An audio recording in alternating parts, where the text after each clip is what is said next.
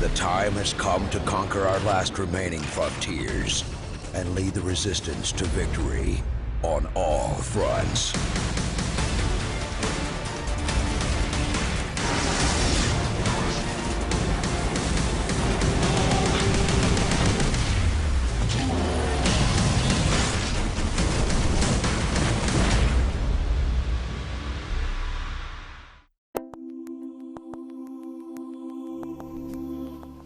Hey guys, it's Mary at E3 2016, and I'm here with Albert from Pillow Castle. That's correct. And you're going to show me Museum of Simulation Technology today, a game that's truly something else, quite unique. And this is a puzzler game, but you tell me a little bit more about it. It looks like we're already right in the middle of it. Yeah, so this game is it's a first-person puzzle game and inspired by Forced Perspective. So what Forced Perspective is basically an optical illusion where you use depth to play interesting tricks. And you can see it when you see a photo of somebody taking a picture of the Leaning Tower of Pisa and pretending to hold it up, right? That's Forced Perspective. So in this game, you can take an object and move it around based on your perspective and what the background is. You can change its size and its distance from you. You just taught someone right then because that piece was in the way of the door and you couldn't get through until you moved the piece. Exactly, yeah. So this game is a lot about, how we see reality and how it can really play tricks on us. So a lot of the puzzles are kind of like visual puns almost. And yeah, so there's a lot of things you can play around with. But also a lot of unexpected things that go around in this game. And one of my favorite parts about this game is that it does these unexpected things, which is fun, but also has some kind of internal logic to it, right? It's like you see something that you think is one way, and then it's revealed it's totally another thing. But it kind of makes sense. Right. It also looks like you're kind of warping with the world here, like with the space of the room itself. It doesn't seem like this room should be as big as it is. It looks like you're kind of manipulating the player a little bit to get them to see things the way you want them to. It almost seems also as that you've added an element of comedy to it in the way that you're training the player. Yeah, that's true. We try to do comedy through kind of subtle, just gameplay moments, and we found that it was just it's just a really interesting thing to play around with, right? Trying to do comedy without words. And there's actually not a lot of text in this game, so this is a great game for basically any language. This is kind of like a global appeal type game. Yeah, exactly. Yeah, we're hoping to get some more narrative stuff in the game in the future, but this build is pretty empty so far. Now, there's not a lot of story or explanation. You're in a pretty weird hallway right now with a bunch of doors that all have the same number on it. Do you get a little bit more of an understanding of what you're doing in this world? Yeah, over time, the world is kind of mystery that you start with, and in fact, you're kind of having this lucid dream, right? And you're trying to basically wake up from it.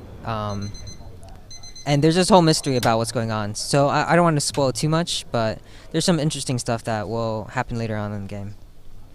And so you've already kind of established the perspective concept and manipulating the size. What other things do you tend on teaching the player throughout this game? This one's pretty cool too. You're too big. Exactly, yeah.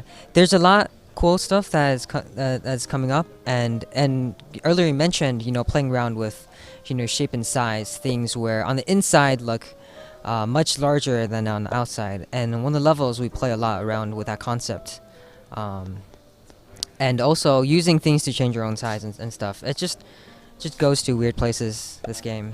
You're burning through these puzzles, probably because you might have played them before, once or twice. But how long would you say it would actually take a player to get through some of this? Usually players take quite longer. I am doing it a bit fast by accident, but what we're trying to do is not get players to be stuck on the puzzles too much, and to have kind of the joy of the game is not figuring out exactly what you need to do, and not trying to solve like a math problem or logical problem, but it's more like lateral thinking, So once you understand what the solution of the puzzle is, to actually solve it should be relatively easy. Right, and that's a wonderful element of good puzzle design is that the aha moment is what you're searching for people to solve it. This is kind of Portal-esque, right, where you're getting them to say, this is what I was supposed to do, but the actual placement of the puzzles or the portals, but in your case, of the objects, should be relatively easy. Exactly, yeah. And at least for these first few puzzles, there's not too many elements you have to worry about. So it's all about figuring out the concept rather than the execution. And how long would you say that the entirety of your game should take? It should take about, let's say, maybe 3 hours for a good player, and longer if you take long time on the puzzles, or you take just wander around and walk around more. No, I gotta touch on the music of your game, which is almost a little silly in nature. It's definitely lighthearted. Where did you get it? So I was listening to this type of jazz music, and it's called cool jazz. It's just like a very chill, very kind of just nice sounding jazz. And yeah, so we just found some people on the internet who are doing licensed music, and then yeah, that's what we're using at the moment. But eventually, I'm talking with this musician who's writing actually entirely new music just for the game. So that should be pretty exciting. So you're actually going to have new music that's currently not in it yet. It's being made, but it'll be around in this style. Right. Of course. Yeah. There should be a lot of interesting music. Oh, they're talking to you. What did that say? This just says just to how to rotate objects in this level. Okay. Yeah. How did you get back in that room? Oh, so this level is one where we're introduced kind of more weird elements, and then so at the first part of this level is like there's a lot of weird things that kind of loop you back, right? And we're trying to play with things that are about looping and about how things repeat in weird ways sometimes. It's something we're working on. But you're guiding the player through these puzzles elements by kind of like giving them hints as to what's the next steps to get out of this, and it looks like you were kind of trapped in this room. Yeah, I need to remember not to play through these puzzles too fast before people understand what's going on, but yeah, so this is a loop that you can keep on going around through until you realize that you need to actually climb out.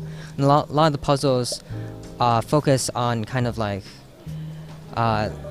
where you see this thing that doesn't seem right, and then after a while you're like, hey, maybe I can do something else to change the situation, right? Oh, now here's a new type of perspective. Now this is about something that doesn't actually hold its shape unless you look at it from a very particular angle, and now you actually can have the object. Yeah, exactly. And we like to change things up because there's a lot of cool perspective tricks you can do just inside the real world. So we want to bring those elements into the game. Yeah, I think it's great that you aren't relying on the same mechanic each time. It looks like you're changing it or adapting it and then building upon it each time. Yes, exactly. Okay, so this one is interesting too, because this plays with our perspective in two ways. One is we can grab this thing down, but then when we try to climb up to this wall, you're like, oh, it's too high, and then you look around this object, and it turns out, things can have two sides that are different than what you thought they were. Yeah. Okay, so because that object was hollow, you were able to use it as stairs. Now, what prevents the player from just taking that stairs with them everywhere? Yeah, well, so in certain parts of the game, you can see this kind of wavy thing over the doors, and that's kind of to stop you from taking items from one room to another. That's also kind of again, like I can't help but make the comparisons to a Portal game where it's each room is self-contained, it's its own puzzle element, and what's really great about that is as you go through this world, you basically take each room on its own, right? And so you can get not frustrated, but you can get stuck and work on it, but then once you get through that room, you're on a brand new puzzle, you refresh completely, and you start anew. Right, exactly. And one of the games that I'm most inspired from is also Antichamber. If you've heard of that. Yeah. And in Antichamber, they do a lot of puzzles based off just playing around with players' expectations. So I kind of took that and ran with it a bit more. So not only do you play with players' expectation by, let's say, grabbing down the moon, but there's also things that end up kind of making sense in a weird way.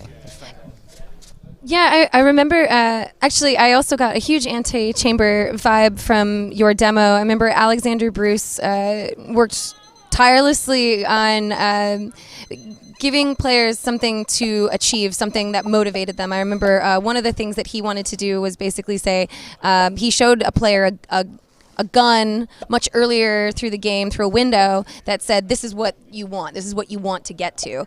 What in your game would you say is supposed to motivate the player to continue on? Like, what is the thing that they are trying to achieve here?